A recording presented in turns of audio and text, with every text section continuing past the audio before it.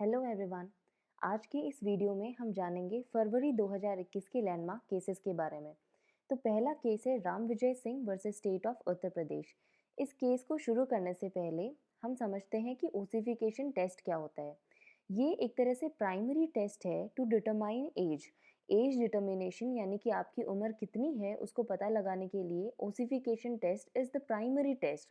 जब भी human bones की बात होती है तो वो रीमॉडल होती रहती हैं, उनमें नई नई लेयर जो हैं वो बनती रहती हैं। तो टाइम के साथ जितनी ज़्यादा लेयर्स होती हैं उनसे आप अंदाज़ा लगा सकते हैं, ओसिफिकेशन उसी को बोला जाता है। वो जो लेयर्स बनने का या रीमॉडलिंग होने का जो प्रोसेस है उसे ओसिफिकेशन बोला जाता है। और जितनी ज़्यादा ये लेयर्स बनती रहेंगी उसके अकॉर्डिंग आप डिटरमाइन करते हैं कि आपकी एज क्या है। तो अगर हम इंडियन लॉ की बात करेंगे तो कोर्ट्स ने कई केसेस के अंदर बताया है कि मेडिकल ओपिनियन जो कि बेस्ड है ओसिफिकेशन टेस्ट को ध्यान में रखते हुए या फिर ओसिफिकेशन टेस्ट को ध्यान में रखते हुए कोई भी अगर मेडिकल ओपिनियन दिया गया है तो उस पर्टिकुलर ओपिनियन को सिर्फ और सिर्फ एक एक्सपर्ट ओपिनियन के तौर पे लिया जाएगा। ये कभी भी कोर्ट्स के ऊपर बाइंडिंग नहीं होता है। एक बहुत ही इंपॉर्टेंट प्रिंसिपल जो है वो कोर्ट ने यहाँ पर दिया था।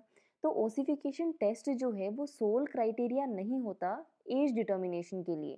ये एक बहुत ही इम्पॉर्टेंट प्रिंसिपल था जो कि state of Madhya Pradesh versus Anup Singh के केस में दिया गया था। अगर आप बात करेंगे आज के टाइम में ओसिफिकेशन टेस्ट को किस तरह से देखा जाता है तो ये सिंपली हमें बताता है कि एस्टिमेटेड एज किसी भी पर्सन की क्या होगी वो आप ओसिफिकेशन टेस्ट के थ्रू पता लगा सकते हैं। यानी कि एग्जैक्ट एज उस पर्सन की डिटरमाइन करना मुश्किल है with the help of ossification test. तो ये जो टेस्ट है it is not useful when you talk about a person who have crossed the age of 25 years.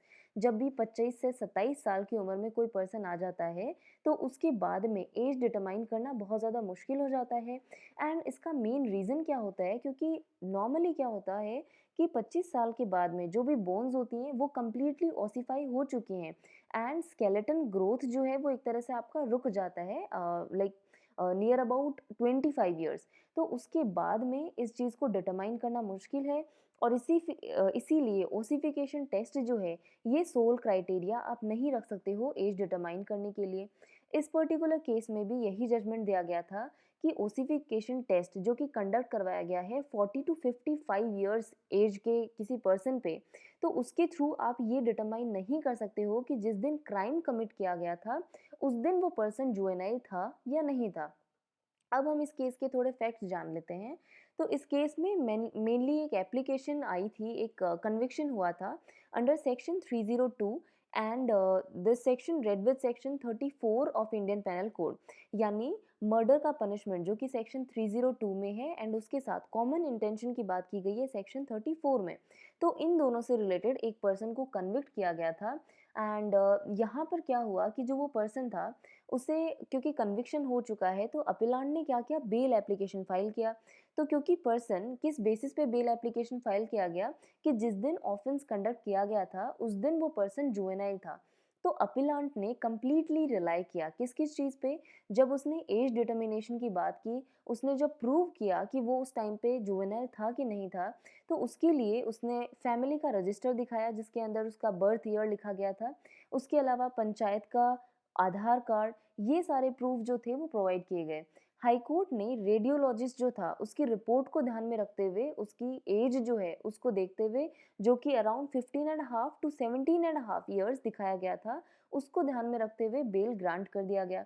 अब अपीलांट ने एप्लीकेशन जो दी थी उसके अकॉर्डिंग ये डिसाइड किया गया कि यहाँ पर वो सिर्फ बेल ग्रांट कर रहे हैं। यहाँ पर ये एप्लीकेशन जो है इसके through they are not saying कि वो पर्सन जो है वो उस टाइम पे जुवेनाइल था कि नहीं था, ये चीज़ प्रूव नहीं किए।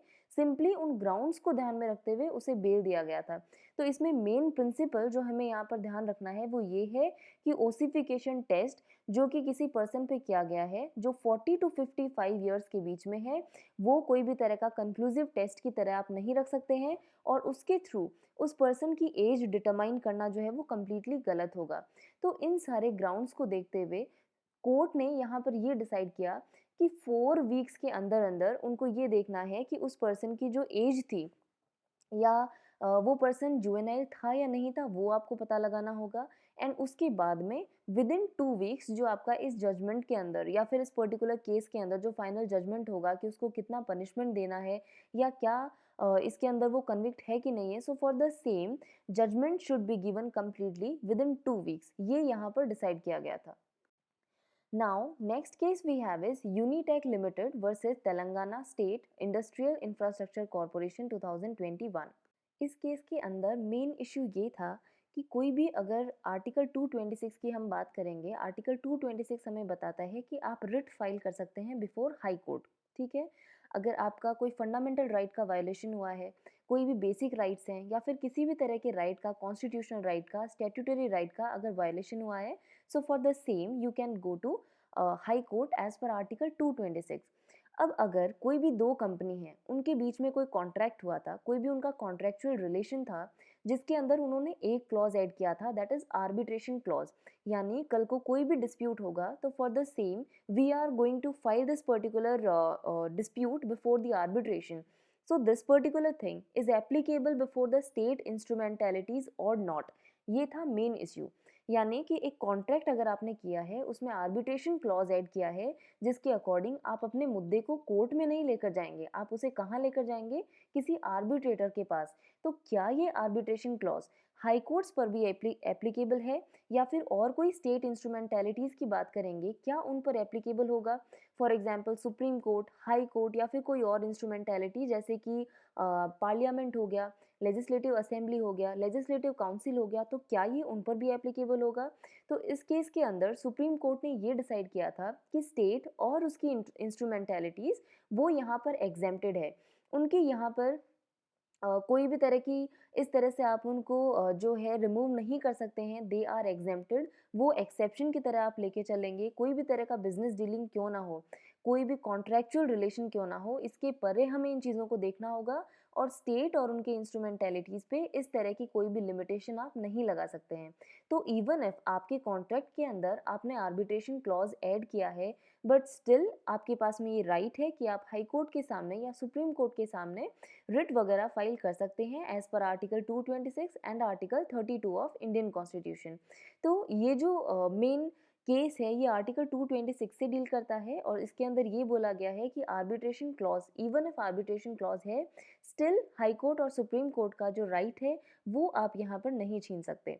तो वो राइट जो है उसको आपको एज इट इज़ लेकर चलना है और इसी तरीके से इस केस के अंदर ये डिसीजन आया था। तो जो दो कंपनीज़ के बीच में यहाँ पर आर्बिट्रेशन क्लॉज हुआ था, उससे बढ़ के आर्टिकल 226 को वैल्यू दी गई थी, क्योंकि ये एक तरह से आर्टिकल 226 एक पब्लिक लॉ रेमेडी जो है, सिर्फ वही नहीं है बट यहाँ पर ये कॉन्स्टिट्यूशन को भी सेफगार्ड करता है। यानी कोई भी आर्बिट्ररी या फिर कोई अनफेयर एक्शन अगर आप स्टेट के खिलाफ ले रहे हैं या फिर जो पावर्स स्टेट ने आपको दिए हैं अगर आप उनको मिसयूज़ कर रहे हैं या फिर उनकी इंस्ट्रूमेंटैलिटीज़ जो हैं वो अगर इन पावर्स को मिसयूज़ करती हैं या फिर कुछ भी इस तरह की चीज़ें रहेंगी, तो वहाँ पर आर्टिकल 226 को यूज़ किया जाएगा। कोई भी अगर आप अपने पावर का मिसयूज़ कर रहे हैं तो वहाँ पर आप स्टेट इंस्ट्रूमेंटैलिटीज़ को नहीं रोक सकते हैं जस्टिस दिलवाने के लिए। So this was the main case which was dealing with article 226। Next case है रचना वर्सेस यूनियन ऑफ इंडिया 2021। अब ये जो केस है इसको समझने से पहले हम ये जानते हैं कि स्टेट के 3 ऑर्गन होते हैं, लेजिस्लेटिव, एग्जीक्यूटिव एंड जुडिशरी। ये तीनों अपना काम सेपरेटली करते हैं। नॉर्मली क्या होता है कि they are not interfering but still check and balance का सिस्टम जो है वो हमेशा रहेगा, यानी एक लिमिटेड पावर है उनके पास में, वो एक दूसरे के राइट्स को चेक कर सकते हैं, देख सकते हैं कि वो अपने पावर को एक्सीड तो नहीं कर रहे हैं। So we are going to use all these things. तो स्टेट के जो ऑर्गन्स हैं वो अपना अपना काम करेंगे, लेकिन कुछ सिचुएशंस के अंदर वो पावर्स जो है वो एक्सीड भी कर सकते हैं। उसके अलावा दूसरी चीज़ यहाँ पर ये है, एक एग्जाम्पल मैं आपको यहाँ पर प्रोवाइड कर रही हूँ, that is relating to uniform civil code. Uniform civil code के अकॉर्डिंग जो भी सिविल लॉज, जो भी पर्सनल लॉज हैं, उनको अभी अपन देखते हैं जैसे अपने पास में Hindu law, Muslim law, Christian law, Parsis laws, अलग अलग रिलीजन के लिए कुछ पर्टिकुलर टॉपिक से रिलेटेड कुछ सिविल लॉज जो हैं वो सेपरेटली दिए गए हैं। For example succession, adoption, divorce, marriage, ये सारे टॉपिक्स जो हैं रिलीजन वाइज अलग अलग हैं। अब यूनिफॉर्म सिविल कोड जो है आर्टिकल 44 ऑफ इंडियन कॉन्स्टिट्यूशन, वो हमें ये कहता है कि जो भी लॉज हैं उनको यूनिफॉर्मली प्रोवाइड किया जाए, जितने भी रिलीजन्स के अच्छे अच्छे प्रोविजंस हैं उनको हम क्या करें, यूनाइट करें। बट स्टिल ऐसे बहुत से केसेस हुए हैं, लेकिन ये भी आज पॉसिबल नहीं हुआ है अभी तक। एंड यहाँ पर सुप्रीम कोर्ट ने कई केसेस में बोला है कि हम सजेशन दे सकते हैं पार्लियामेंट को कि आप यूनिफॉर्म सिविल कोड लेकर आइए, बट स्टिल हम किसी तरह का बाउंडेशन उन पर इम्पोज नहीं कर सकते। ये जो राइट है ये एक तरह से उनके पास में अवेलेबल नहीं है। तो जुडिशियल रिव्यू का कॉन्सेप्ट जो है उसको हमें कंफ्यूज नहीं करना है with some other rights which are available है। तो इस केस में सिंपली यही बात हुई थी कि क्या कोर्ट किसी तरह का मैंडेमस यूज कर सकता है कोई भी पॉलिसीज फ्रेम करने के लिए, क्या कोर्ट बाध्य कर सकता है सामने वाली पार्टी को या फिर लेजिस्लेचर को। तो इस क्वेश्चन का आंसर इसमें दिया गया था। तो सुप्रीम कोर्ट के पास में या हाई कोर्ट के पास में ऐसा कोई भी राइट नहीं होता है। वो कोई भी गवर्नमेंट को या फिर उनको बाउंडेशन उनके ऊपर किसी भी तरह का इम्पोज नहीं कर सकते हैं relating to the same. Judicial review, कोई भी पॉलिसी या फिर कोई भी अगर डिसीजन आपने लिया है उसके ऊपर जुडिशियल रिव्यू लेना, यानी आपको देखना कि आप उस चीज़ को प्रॉपरली रिकॉग्नाइज कर रहे हैं, एनालाइज कर रहे हैं कि वो चीज़ें प्रॉपरली बनाई गई हैं या नहीं। और दूसरा, उनको आप पॉलिसीज बनाने के लिए मैंडेमस को यूज़ करना, ये दोनों टोटली डिफरेंट थिंग है, राइट। तो एक तो आप कोई भी बनी हुई पॉलिसीज को चेक कर रहे हैं और दूसरा किसी को पॉलिसी बनाने के लिए बाध्य कर रहे हैं, क्योंकि ये दोनों चीज़ें टोटली डिफरेंट हैं, हमें इनको बिल्कुल भी कंफ्यूज नहीं करना है। तो सुप्रीम कोर्ट के पास में कोई राइट नहीं है कि वो लेजिस्लेचर को बाइंड कर सकें कि आप इस तरह की कोई भी पॉलिसी जो है बनाने के लिए कोई भी आप उनको बाध्य नहीं कर सकते हैं। अब इस केस के मेन फैक्ट क्या थे कि 2020 में जो प्री एग्जाम होने वाला था और उसके जो लास्ट अटेम्प्टीज थे उनका ये कहना था कि उनको एक एक्स्ट्रा अटेम्प्ट दिया जाना चाहिए बिकॉज ऑफ कोविड-19 पैंडेमिक। ये मेन इशू यहाँ पर रेज हुआ था। तो सुप्रीम कोर्ट का ये कहना था कि एग्जीक्यूटिव को अपना डिसीजन लेने से या फिर लेजिस्लेचर को अपने लॉज बनाने से वो कुछ भी ऐसा जो है बीच में इंटरफेयर नहीं कर सकते हैं, राइट। बेटर एडमिनिस्ट्रेशन के लिए वो जो चाहे वैसे एक्शंस यूज कर सकते हैं। तो कोर्ट के पास ऐसा जुरिस्डिक्शन है कि वो किसी भी लॉ को, जो लॉ ऑलरेडी फ्रेम हो चुका है, उसको अनकॉन्स्टिट्यूशनल डिक्लेयर कर सकते हैं, but they are not having any power to bind a particular court कि वो पर्टिकुलर चीज से रिलेटेड लॉ बनाए, ऐसा कोई भी बाउंडेशन वो नहीं पुट कर सकते हैं। तो कोई भी, जैसे मान लीजिए कोई भी कानून ऑलरेडी बना हुआ है जो फंडामेंटल राइट्स का वायलेशन करता है, तो उस लॉ को वॉइड डिक्लेयर किया जा सकता है जुडिशियल रिव्यू के according, which is given in article 13 of Indian constitution. But उनके पास में कोई भी ऐसा राइट नहीं है कि किसी पर्टिकुलर सब्जेक्ट मैटर पे वो लॉ बनाने के लिए कोर्ट, जो कोई भी गवर्नमेंट है या फिर पार्लियामेंट को ऐसा नहीं बोल सकते। तो ये मेन इशू इसके अंदर सॉर्ट आउट किया गया था। Now the next case we have is Union of India versus K A Najeeb 2021। के ए नजीब जो हैं वो एक मेंबर थे फंडामेंटलिस्ट ग्रुप के। एंड उन्होंने क्या किया, एक अटैक करवाया था ऑन प्रोफेसर टीजे जोसेफ। उसका मेन रीज़न क्या था कि उन्होंने एक मलयालम क्वेश्चन पेपर के अंदर एक क्वेश्चन इस तरह का दिया था जो कि एक पर्टिकुलर रिलीजन की फीलिंग्स को हर्ट करता हुआ था। तो इसकी वजह से के ए नजीब ने एक पीएफआई फाउंडेशन के और मेंबर जो थे उनके साथ मिलकर एक प्री प्लान्ड अटैक करवाया इन प्रोफेसर पे। तो पीएफआई जो है ये एक पर्टिकुलर स्पेसिफिक रिलीजन को प्रोटेक्ट करने के लिए बनाया गया है और मेनली उस फील्ड के अंदर डील करता है। तो कई तरह के ऑफेंसेस जो थे वो किए गए against the professor who was victim in this particular case. अब इस रीज़न की वजह से नजीब को सबसे पहले अरेस्ट किया गया था नेशनल इन्वेस्टिगेशन एजेंसी के द्वारा, यानी एनआईए के द्वारा 2015 के अंदर उनको अरेस्ट किया। Under which law? Under unlawful activities prevention act, UAPA जिसे बोला जाता है, उसके अंडर उन्हें अरेस्ट किया गया। अब 2019 में केरला हाई कोर्ट ने उनको बेल ग्रांट की, जिसके पीछे मेन रीज़न ये था कि उस पर्टिकुलर केस के अंदर जो ट्रायल चल रहा था उसमें बहुत ज़्यादा डिले था। इसकी वजह से, क्योंकि उन्हें काफ़ी टाइम से अरेस्ट किया गया था, तो इसीलिए केरला हाई कोर्ट ने उन्हें बेल ग्रांट की। एनआईए जो है उन्होंने इस पर्टिकुलर बेल को चैलेंज किया था through a special leave petition. एक स्पेशल लीव पिटिशन फाइल किया गया before supreme court by NIA, जिसके थ्रू जो केरला हाई कोर्ट ने ये बेल ग्रांट किया था उसको चैलेंज किया और बोला कि इस बेल को रिजेक्ट कीजिए, क्योंकि यूएपीए के प्रोविजंस में आप कभी भी बेल ग्रांट नहीं कर सकते हैं। इन्वेस्टिगेशन एजेंसी जो थी उन्होंने मेनली सेक्शन 43 डी जो है यूएपीए एक्ट का, उसको यहाँ पर देखते हुए ये जो पर्टिकुलर एसएलपी है वो यहाँ पर फाइल किया था, तो फाइनल होल्डिंग में सुप्रीम कोर्ट ने भी इस चीज़ को डिसमिस किया एंड सुप्रीम कोर्ट का ये कहना था कि आर्टिकल 21 जो है इंडियन कॉन्स्टिट्यूशन का, ये आपको प्रोवाइड करता है कि आप किसी के भी साथ कोई भी अगर कोई भी प्रोलॉन्ग डिले किसी भी केस के अंदर हो रहा है, तो वहाँ पर आप अननेसेसरीली किसी को भी आप जेल में नहीं रख सकते हो। तो this was the main reason because of which bail was granted. Section 43D(5) ये मेनली किससे डील करता है? ये हमें कुछ सिचुएशंस बताता है जिसमें एक लिस्ट दी हुई है कुछ पर्टिकुलर ऑफेंसेस की, जहाँ पर आप बेल ग्रांट नहीं कर सकते हैं। तो मेनली ये वाला सेक्शन जो है इसकी हेल्प लेनी चाहिए थी एनआईए ने, बट स्टिल कॉन्स्टिट्यूशन जो है उसके आर्टिकल 21 को ध्यान में रखते हुए सुप्रीम कोर्ट ने ये बोला कि क्योंकि इस पर्टिकुलर केस के अंदर डिले जो है वो बहुत ज़्यादा हो रहा था और जुडिशियल कस्टडी में उस पर्सन को काफ़ी लंबे टाइम से रखा जा रहा था, सो बिकॉज ऑफ दिस उसे बेल ग्रांट करना जो था वो प्रॉपर था और इसमें कुछ भी इलीगल नहीं है। Now next case we have is Vikas Kumar versus UPSC 2021। ये केस मेनली डिसेबल्ड पर्सन्स की लाइफ जो है उसकी डिग्निटी इक्वालिटी उसको मेंटेन करने के लिए ये जजमेंट जो है ये पर्टिकुलरली आया था।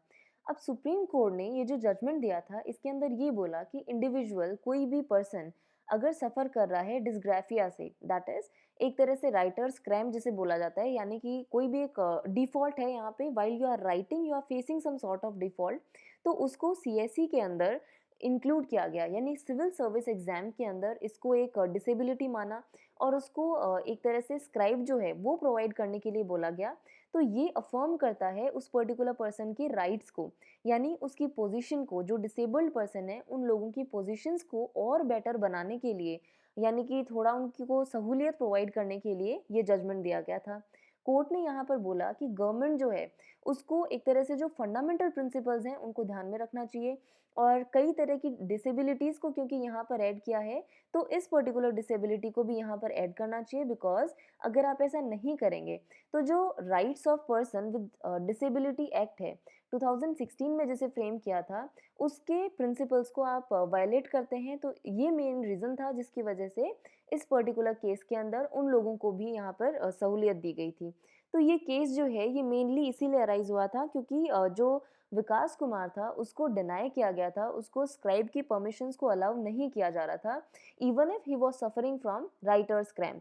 तो वो पर्सन जिसको एमबीबीएस की डिग्री मिली हुई थी जवाहरलाल नेहरू इंस्टीट्यूट से एंड बहुत ज़्यादा एक तरह से वेल एजुकेटेड पर्सन होने के बावजूद he was not able to give UPSC exam. तो काफ़ी सारे ग्राउंड्स को ध्यान में रखते हुए यहाँ पर इस डिसेबिलिटी को इसके अंदर ऐड किया गया।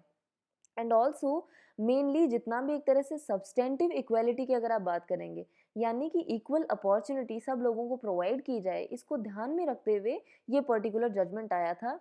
तो स्पेसिफिकली जो भी पर्सन्स हैं विद डिसेबिलिटी उनके लिए ये प्रोविजन जो है ये ऐड किया, जिसके थ्रू आप क्या कर रहे हैं, इन गाइडलाइंस के थ्रू आप क्या कर सकते हैं, कोई भी पर्सन जिसके साथ अगर कोई भी डिसेबिलिटी या फिर ऐसा कुछ भी है रिलेटिंग टू डिस्ग्राफिया, तो उस पर्सन को बेनिफिट दिलाने के लिए ये पर्टिकुलर केस आया था। नेक्स्ट केस काफ़ी इंपॉर्टेंट है, Amitabh Das Gupta versus United Bank of India 2021। इस केस में क्या हुआ था कि जो कस्टमर था उसके लॉकर को तोड़ा गया, मतलब बैंक जो है उसने क्या किया, it have actually used that particular locker और ये एक तरह से ब्रीच ऑफ ट्रस्ट की तरह कंसिडर किया गया। बिकॉज ऑफ दिस जो यूनाइटेड बैंक ऑफ इंडिया है उनको 6 लाख रुपए का कॉम्पेंसेशन इन टोटल पे करने के लिए बोला गया टू एग्रीड पर्सन, जिसका लॉकर जो था उसको लाइक 25 साल पहले किसी और को ट्रांसफ़र कर दिया था, जिसके बारे में उस पर्सन को नॉलेज ही नहीं था। तो एक्चुअल में क्या हुआ, उस पर्सन का जो लॉकर था उसे किसी और को एलोकेट कर दिया और यहाँ पर ये बोला गया कि उन्होंने टाइम पर रेंट जो है वो नहीं पे किया था, for 1 year rent was not paid, जबकि ऐसा नहीं था। इस पर्टिकुलर केस में मिस्टेक जो था वो हुआ था उस पर्टिकुलर बैंक के द्वारा। तो इसीलिए कस्टमर जो था उन्होंने कई तरह की यहाँ पर ज्वेलरी वगैरह रखी थी और काफ़ी इस तरह की चीज़ें थी। तो क्योंकि यहाँ पर ब्रीच ऑफ ट्रस्ट हुआ है, पर्टिकुलर लॉज वगैरह नहीं है, गाइडलाइंस वगैरह नहीं है, जो बैंक्स हैं उन्होंने अपने अकॉर्डिंग अपनी सहूलियत के हिसाब से उन्होंने क्या कर रखा है, अपने अपने रूल्स जो हैं वो दे के रखे हैं। तो इसीलिए बैंक्स के लिए कुछ यूनिफॉर्म गाइडलाइंस जो थी, 15 guidelines were given through this particular case और यही रीज़न है कि ये बहुत इंपॉर्टेंट केस है। अब आगे से या तो कोई लॉ बन जाएगा या फिर अगर जब तक लॉ नहीं आता तब तक के लिए इन 15 गाइडलाइंस को फॉलो करना होगा। एंड ये जो प्रिंसिपल्स हैं इनको ध्यान में रखते हुए विद इन 6 मंथ्स लॉ जो है उसको बनाना है, यानी कि कंपल्सरीली आपको ये डायरेक्शन दिया गया है, आरबीआई को डायरेक्शन दिया है कि आपको रूल्स एंड रेगुलेशंस जो है वो प्रॉपर्ली एस्टेब्लिश करने होंगे। तो इस केस के अंदर जो टोटल 6 लाख का कॉम्पेंसेशन देने की बात की गई थी, उसमें से 5 लाख तो कॉम्पेंसेशन था और 1 लाख जो था वो लिटिगेशन कॉस्ट जो था वो पे करने के लिए यहाँ पर बोला गया। As we know cost and compensation दो अलग-अलग टर्म्स हैं। कॉस्ट की अगर आप बात करेंगे तो किसी भी पर्टिकुलर केस में या किसी सूट के अंदर जो खर्चा हो रहा है, जो आपका आने-जाने का किराया है या फिर कोई डॉक्यूमेंटेशन वगैरह से रिलेटेड कोई अगर पैसा लग रहा है, स्टैम्प फीस ये वो, तो उन सबको यहाँ इंक्लूड किया जा रहा है। उसी तरीके से अगर आप कॉम्पेंसेशन की बात करते हैं तो वो होता है एक रिलीफ। कोई भी लॉस जो आपने सफ़र किया है उसके लिए जो भी डैमेजेस आपको दिलवाए जाएँगे, जो मुआवज़ा आपको दिलाया जाएगा, दैट इज़ कॉम्पेंसेशन। तो इस पर्टिकुलर जजमेंट में ये बोला गया कि not even consumer protection act का वायलेशन, बट ऑल्सो आपने यहाँ पे क्या किया है, ब्रीच ऑफ ट्रस्ट जो है वो यहाँ पर कंडक्ट किया है। अब कोर्ट ने जो 15 गाइडलाइंस यहाँ पर दी थी वो क्या बता रही हैं, सबसे पहले तो कि आपको एक रजिस्टर मेंटेन करना होगा। लॉकर से रिलेटेड रजिस्टर, दूसरा उसकी की से रिलेटेड जो है रजिस्टर में इंफॉर्मेशन मेंटेन करनी होगी।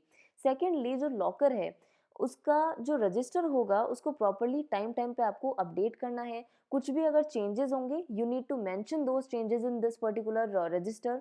उसके अलावा बैंक्स को क्या करना होगा, उन्हें जो ओरिजिनल लॉकर है उसका जो भी ओनर रहेगा उसको बताना होगा जब भी कोई चेंजेस करने हैं, रीजनेबल अपॉर्चुनिटी दी जाएगी। अगर उन्होंने सपोज कीजिए अगर वो पे नहीं कर पा रहे हैं, जो भी रेंट वगैरह है वो अगर टाइम पे नहीं पे कर पा रहे हैं तो उनको एक रीजनेबल नोटिस दिया जाएगा।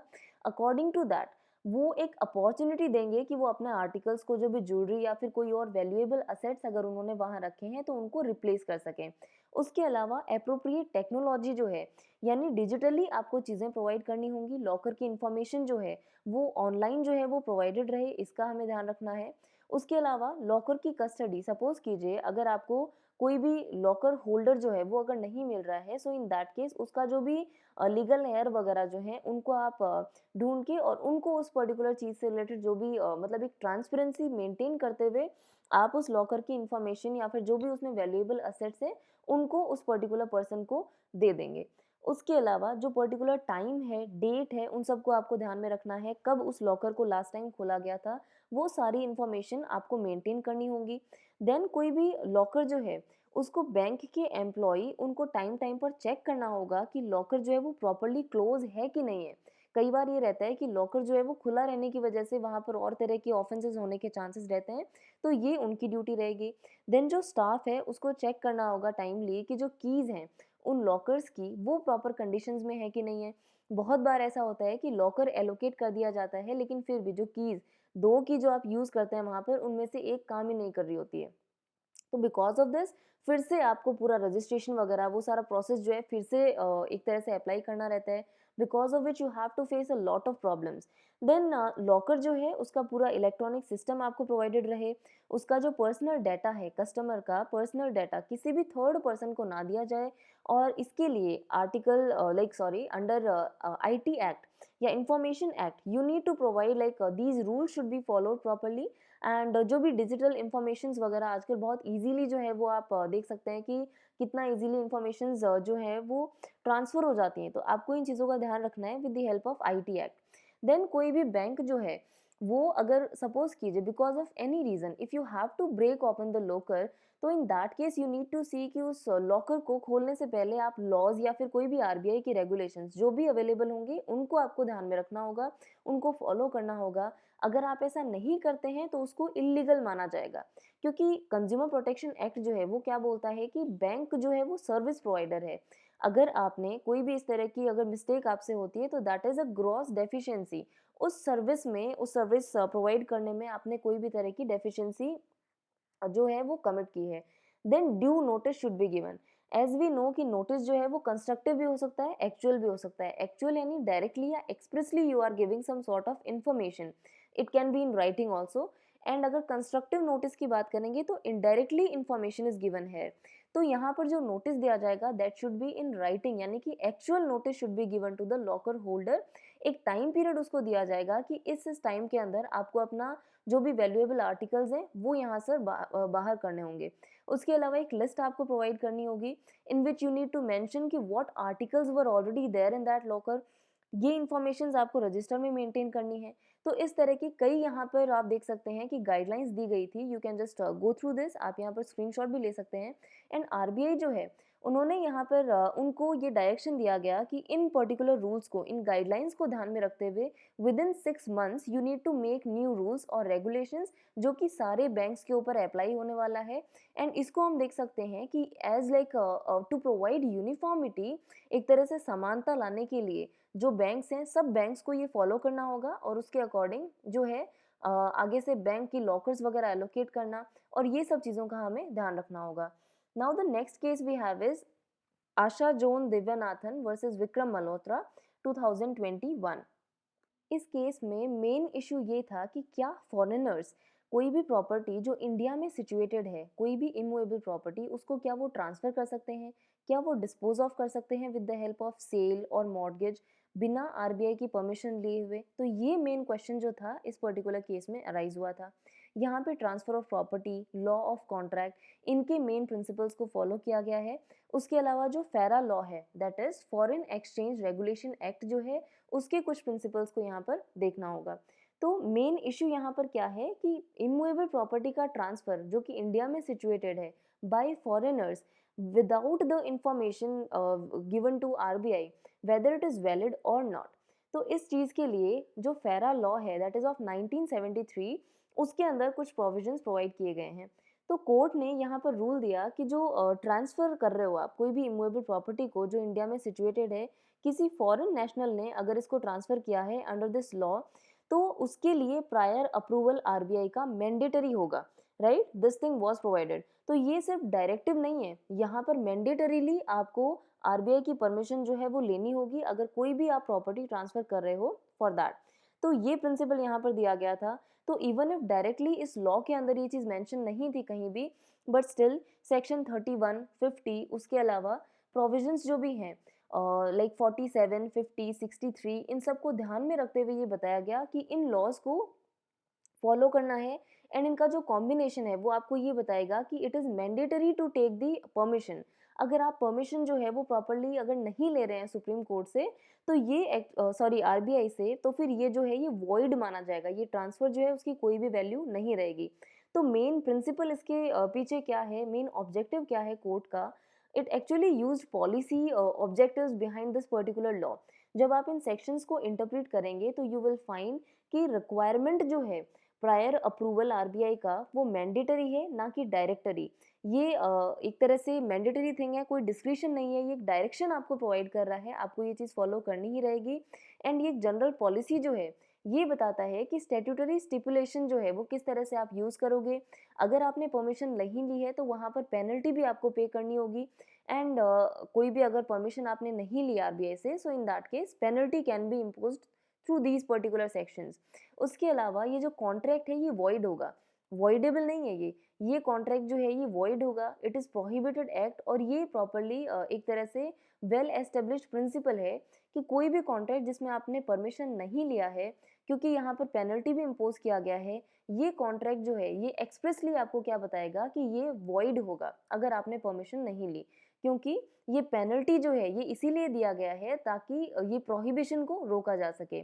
तो कोई भी प्रोहिबिशन या फिर नेगेटिव वर्ड जब भी हम यूज़ करते हैं तो वो एक तरह से डिस्क्रिशन नहीं है, ये एक मैंडेटरी थिंग है, you need to just impose all these things.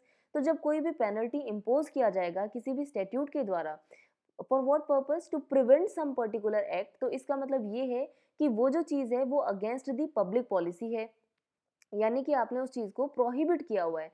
तो obviously we need to treat it as void only.